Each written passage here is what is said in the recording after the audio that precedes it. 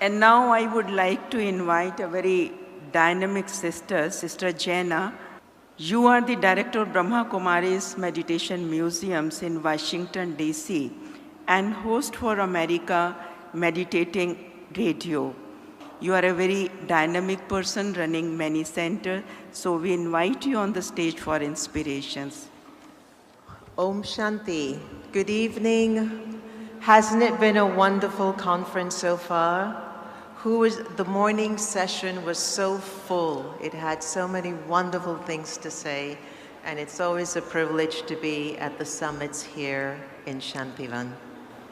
You know, I'm from Washington, D.C. That's where I'm doing service for the last 20 years, and I have to tell you this. The conversation that comes up again and again around the globe is a mushroom cloud. Everyone comes and tells me, Sister Jenna, don't you feel the mushroom cloud? Do you feel a mushroom cloud looming? And what would you tell someone if they came to tell you that they would have dreams of mushroom clouds? It's a hard thing to answer, isn't it? So one of the things that I've understood, and I'd like to share with you 3 gifts which I've found to be very important, that despite whatever are the conversations going on with some of our leaders, whereby there might be thinking a lot in the area of hurting one another, whereas Princess Basma so beautifully said, spiritual power will never destroy anyone or anything. And I'd like us to look at the spiritual dimension of 3 C's, and I hope you'll always remember these 3 C's, and I will leave you with a 4th one. The first C is, please check for yourself inside that you are no longer complaining about any single person or situation. No more complaining. The 3rd thing is to check that you are no longer capable of criticizing anyone. And the 4th C is a very important C. When we complain, when we criticize, and when we try to, when we compete with one another for the wrong reasons, it creates so much chaos. And I deeply believe that if we stop doing the 3 C's, competing, complaining, and criticizing, and we do it consistently, there's something that will develop in the soul. There'll be a quality in you that will just form itself in an expression that will definitely change the thinking of individuals. We're at a very beautiful time in history, and it's our time to be awake, to stay awake, to have good wishes for one another, and to stop putting one another down. I will leave you with this last idea and last feeling. In America, we talk a lot about not dimming our light. There's a saying that goes around over and over again. Do not dim your light for somebody else to feel that they should be bright. In other words, consistently keep yourself pure, peaceful, positive, curious, courageous, loving, and powerful. Those are some of the virtues and the qualities that I've seen in the deities of India. I've seen the qualities and the virtues reek in the eyes of the idols, and I believe that we all have this wonderful opportunity to be absolutely beautiful souls, generating a cool, a clean, and a clear consciousness, so there'll be no more discussions about nuclear power. Thank you so much, everyone, and have a wonderful evening.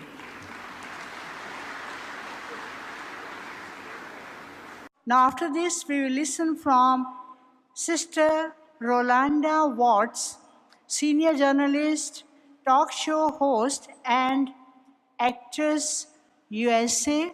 She has come from all the way from USA to enjoy the beauty of this place, and I can see how much she's getting, how many experiences she's getting.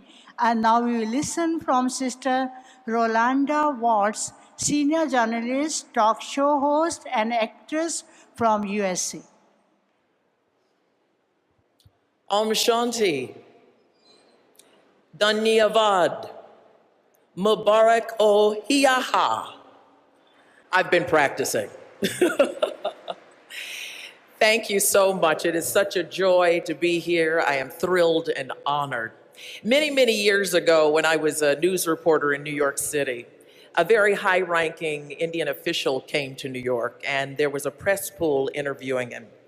And one of the reporters asked, "How do we cover India?" To which he replied, "You do not cover India, you live India."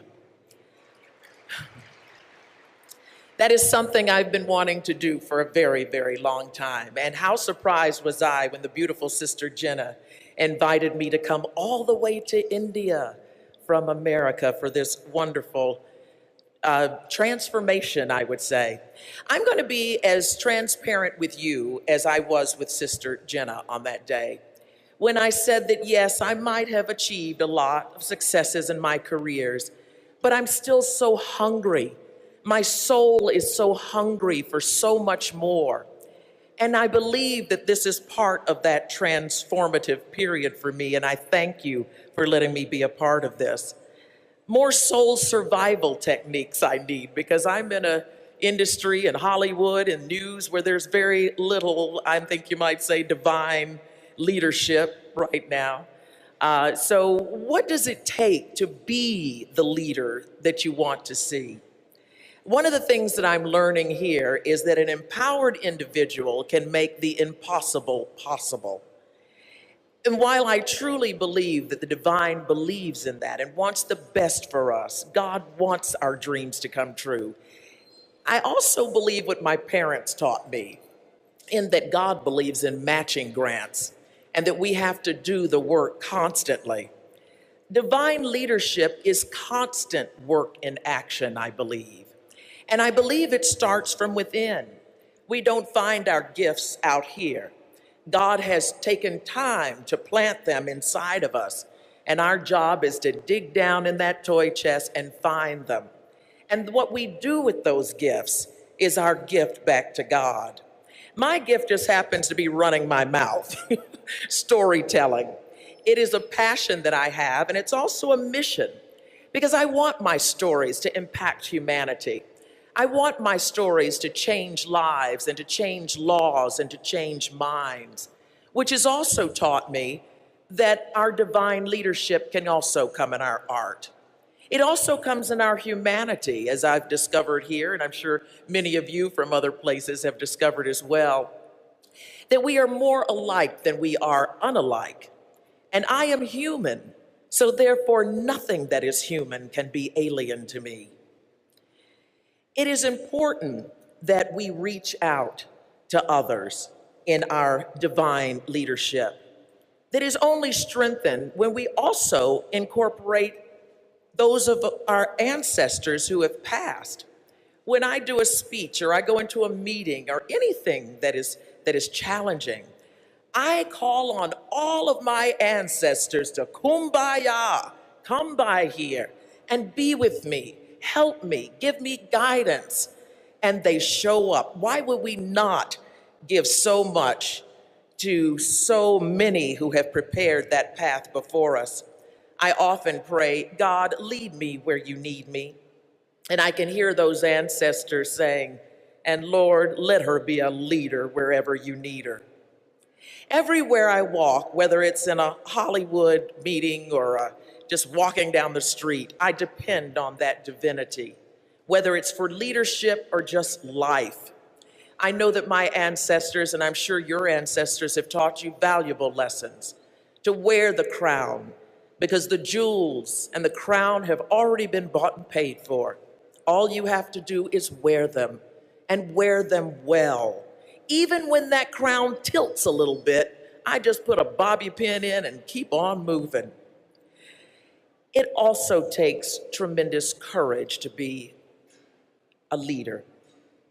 As one of the greatest activists and humanitarians that I ever knew, Dr. Maya Angelou taught me and the world, It's that courage is the greatest of all virtues, because without courage, you can't exhibit or exude any other virtue with consistency. You can't love with consistency. You can't be kind with consistency. And you certainly can't be a divine leader. So I would like to challenge all of the leaders here, and there are so many, to continue to grow and do the work and expand. When your soul is starving, go and seek the answers. And whatever you do with all of those great gifts that you find inside and the leadership that you're put here to do divinely, whatever you do, don't become the world's best kept secret. We all have things to face when we go back home after this wonderful convention. I know that when I go back to America, you know that we are facing all kinds of battles back home. These are perilous times in our nation where our leadership, in our opinion, many of our opinions, is anything but divine. But we are working on that. My divine eyes see a changing America, because what I have learned is that every breathtaking rose garden on this earth was created by a whole bunch of manure. So sometimes things that are in the darkness are only bringing us much closer to the light. And that is why our divine leadership is called upon today more than ever before. I stand here so encouraged by Baba Brahma. I have so much in common with him that I didn't even know, like nearing 60, when you've already accomplished careers.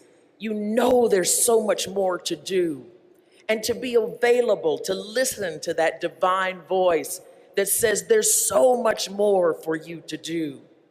And when he did it, look what he did, from 300 people to 7,000 here. This is amazing. Yes, that's worth an applause. Absolutely.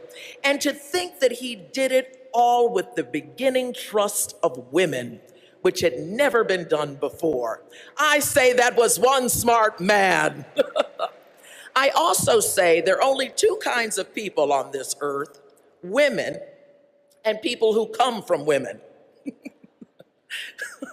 And so I want to say, sisters, it has been a delight to meet you as well. You know that we are going through something else in America when it comes to our sisterhood. We are making big changes and lifting our voice, not only in cyberspace, but on earth throughout the world as well. Whether it's hashtags of Me Too, or We Believe, or women's empowerment, or Black Girl Magic, we are doing it. And we need our sisters all around the world and our brothers to support us as well. Because it's not what we're going through as a human race. It's what we're growing through. And we're not here to see through each other. We're here to see each other through. So as you are making your decisions to step out on faith for your next chapter in your divine leadership and life, keep these things in mind. Someone is waiting for the answer from you. The world is waiting to be healed because of your leadership. So step out and let your gifts drag you where you're going to go. I'm going to end this with something else I've learned here. Ik Bhagwan, Ik Parivar. One God, one family. Thank you for letting me be part of yours. Namaste. Thank you. I would like to invite Dr. A.V. Hilton, who is a humanitarian author and opera performer. Her voice is God-gifted, and we warmly welcome her tonight, and she has come all the way from America. Most respected Dr. A.V. Hilton. And she is going to perform for us, giving us the flavor of opera. Om Shanti. Om Shanti. Join me. Om Shanti. Om Shanti. Om Shanti. Om Shanti.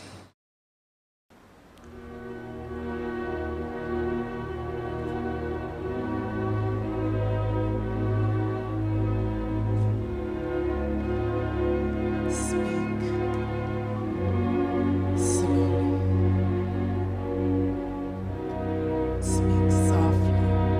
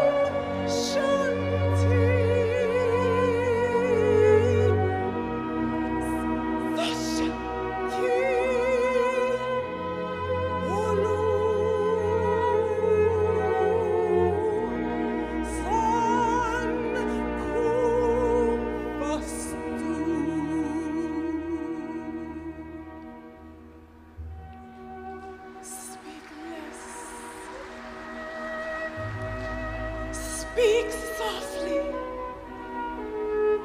Speak sweetly.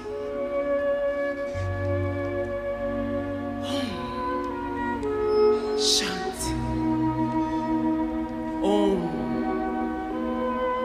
Shanti. Om. Shanti.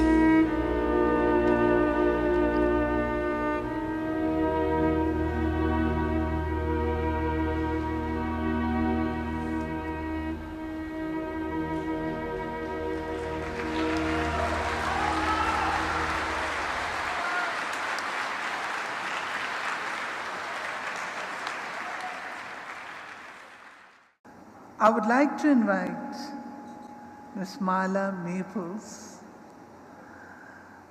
I would like to share a bit of her personality. She's a mother,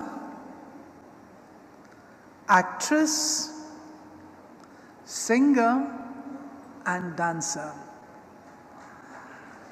But most of all, she is a humanitarian, an uplifter of humanity. Once married to the current President of the United States. She has a beautiful daughter, Tiffany Trump, who is studying law at Georgetown University. Ms. Maples' philanthropy covers various areas such as Global Lyme Alliance, Aware, nyc.org, spirituality for kids, and she has received countless awards. She is producing a new album and continues to travel the world, uplifting humanity and making a difference in our world. We welcome Marla onto the stage, onto the mic, and request her to share her feelings. Ms. Marla Maples.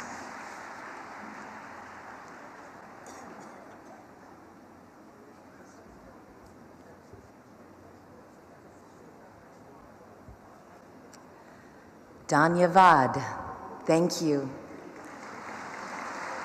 Thank you, first of all, for welcoming me with your hearts wide open. I feel it, it touches my heart, and it opens my heart to all of you. And when we live a life, what is more important than opening our hearts to others? And I must say, how do we learn and how do we grow the most? But through learning to share love, even when it's difficult. There's many experiences that we have in our lifetimes with others that may not agree with us. We may have very different opinions, but I've found that if there's some way I can tap into my heart and see that person as a whole who's doing the best they can, have had empathy for that soul, then together we can lift the world up in a way that none of us could ever imagine. So I challenge you, as I challenge myself every day, whenever we see differences in people, let's just love them. Let's dig harder to love them and share more love in every way that we can. I live in the United States, and today in the United States there's a lot of challenges, but I connect with so many people who are so full of love, so many beautiful friends from your country that I love with all of my heart. So it's such a joy to be here now with you, experiencing all of the love and all of the integrity and all of the purity that you all have here. I am in awe of what you do and how you share.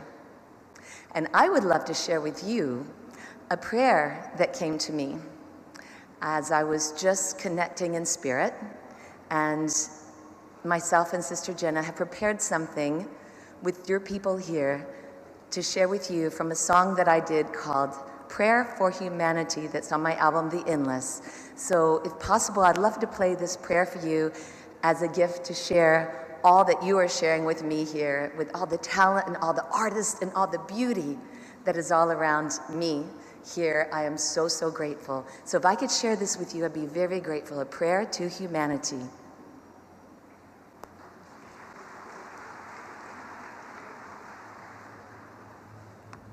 This is a prayer to humanity, a calling out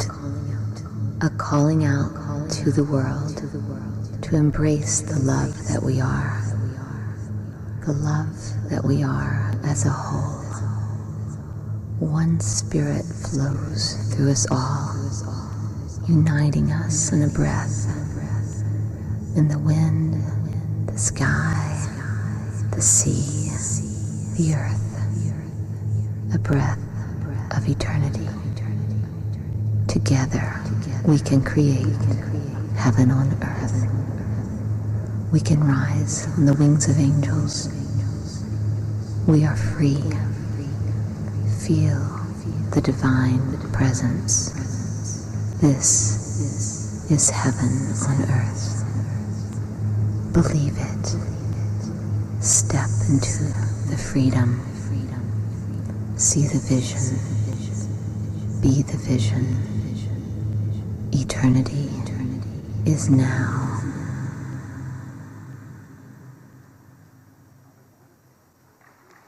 Om Shanti, Om Shanti. Thank you for all the help in creating this at the last moment to share with these beautiful divine artists which are here in our midst right now at this moment. So, in America, I've learned so much about meditation, and a lot of that has come from your ancestors and those that have shared so much throughout time from India. I've practiced Kundalini Yoga, I've practiced Iyengar Yoga, I'm learning to meditate with the sisters here, and I find that that is the journey that keeps me so happy and so fulfilled, is learning the similarities between all of us. That is my prayer for humanity, that we can see where we are alike, not where we're different, but where we love, where we care, how we hold our hearts open for our family. And we're all part of one family. I know I'm speaking to a crowd that understands that, but as I go through my life, at times when it can be quite stressful, if I come back to that place where I can connect to the divine that's in me and all people and just say thank you and be grateful, then I am back into my joy. Now, I also enjoy eating healthy. I eat a mainly vegan diet, and I find that I get so much energy from the vegetables. I'm not leaving an imprint on the planet by eating too much meat. We have a situation with our environment, and we have to all pull together to do our best to create a world that is free, but is giving respect to our animals, respect to each other, respect to our gardens. I know how to garden. I love to grow fruit from the beginning, plant the seeds, nurture them, cherish them, and watch them grow. Even in New York City, in a tiny apartment, I have an herb garden, and to be able to pick this and put it in a bowl or in a blender and just have it every morning is so good. So I urge you, keep up this work that you're doing to eat healthy and take care of yourself, because we are in physical body. As much as we love to connect to our soul, which is here, we're physical. So eating well, honoring and praying for everything we put in our mouth is such a gift also. I'm a big believer again in yoga, in the breath of life. I should remind myself right now to take a deep breath. With all of you, and just thank you. Thank God for this moment that we have on this earth to breathe together, to walk this beautiful land, to look up at these mountains and say, oh, how glorious it is to be here and to be here now. So from my heart to yours, I thank you for sharing your world with me, your sweet smiles. Your smiles radiate my heart and keep me alive.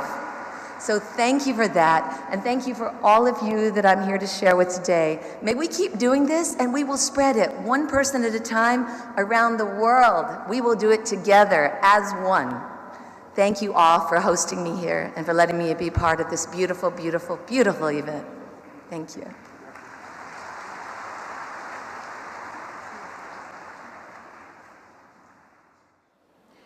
A few words about his introduction. Brother Ricky Cage is an Indo-American composer, music producer, and conservationist.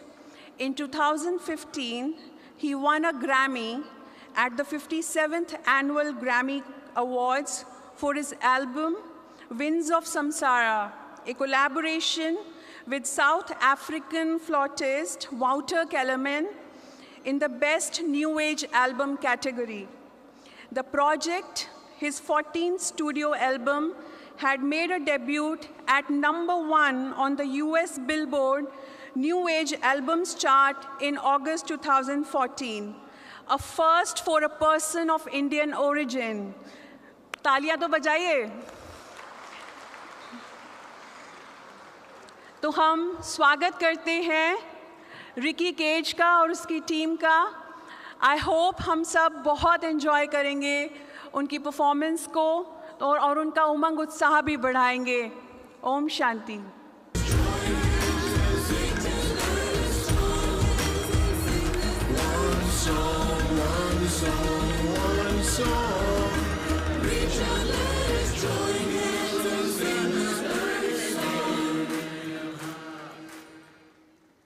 Thank you so much for giving me this amazing opportunity to perform in front of you. It's been a lifelong dream of mine to perform in front of the Brahma Kumaris. A big round of applause to all of you. Come on. Thank you, Mala Maples, for making this happen. Thank you, Sister Jenna. Thank you so much. Brother Mrityunjaya and Sister Shweka, thank you so much. And of course, Brother Ravi. All of you guys are absolutely amazing. Your entire team is superb. So as I had mentioned, I did this album called Shanti Samsara. This particular album was launched at the Climate Change Conference in Paris. Now, who among us knows what climate change is? Please raise your hand. That's fantastic. Now, at the Climate Change Conference, one world leader who absolutely caught my attention, one president of a country who really caught my attention was President Anote Tong of the island nation of Kiribati. Now there's an island nation of Kiribati, their president, he went up on stage and he gave a speech and that really caught my attention.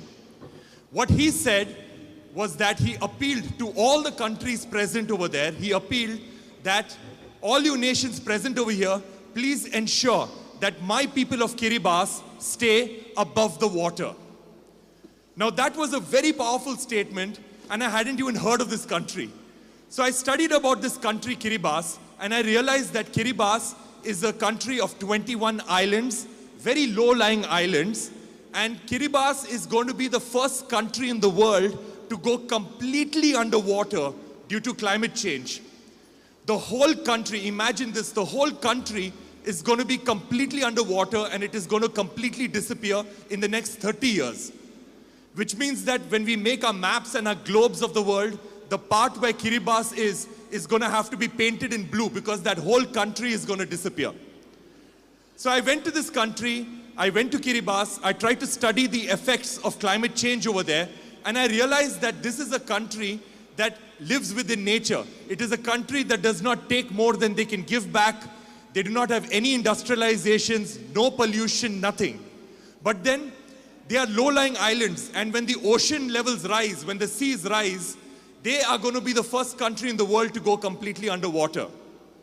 So if all of our countries like India and America, all of our developing nations and developed nations could build domes around our own countries and keep our carbon emissions and keep our pollution within our own borders, then countries like Kiribati have nothing to worry about. But then the problem is that the whole world has got one atmosphere. And if we pollute the atmosphere, we are not only polluting the atmosphere for India, but we are polluting the atmosphere for the whole world, and because of this, countries like Kiribati is suffering. So here is our next song. Our next song is called Vishwa. It is about ocean levels rising. It is about us being more responsible, not only for ourselves, but for people on the other side of the world. Here is Vishwa.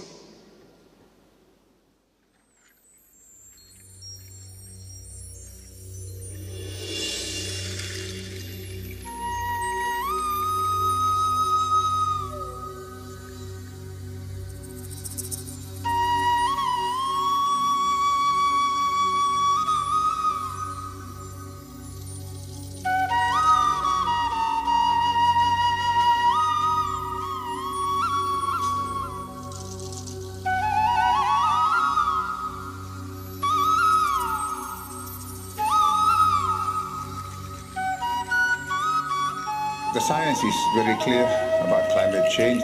Within the century, our entire nation will be underwater.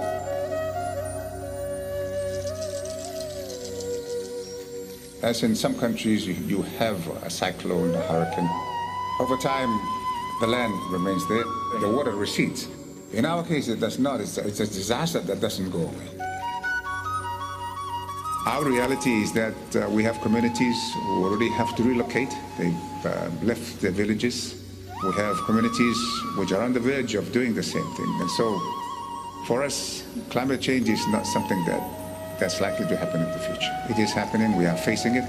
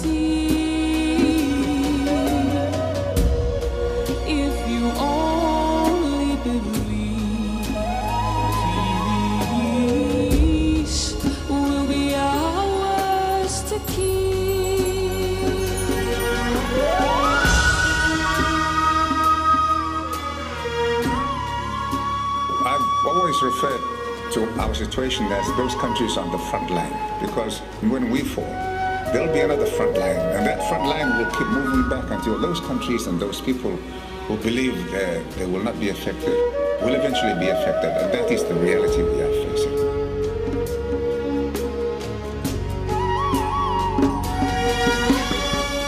I think as human beings, we are being challenged. Should we do something about it? I believe yes. Everybody has the responsibility to do it.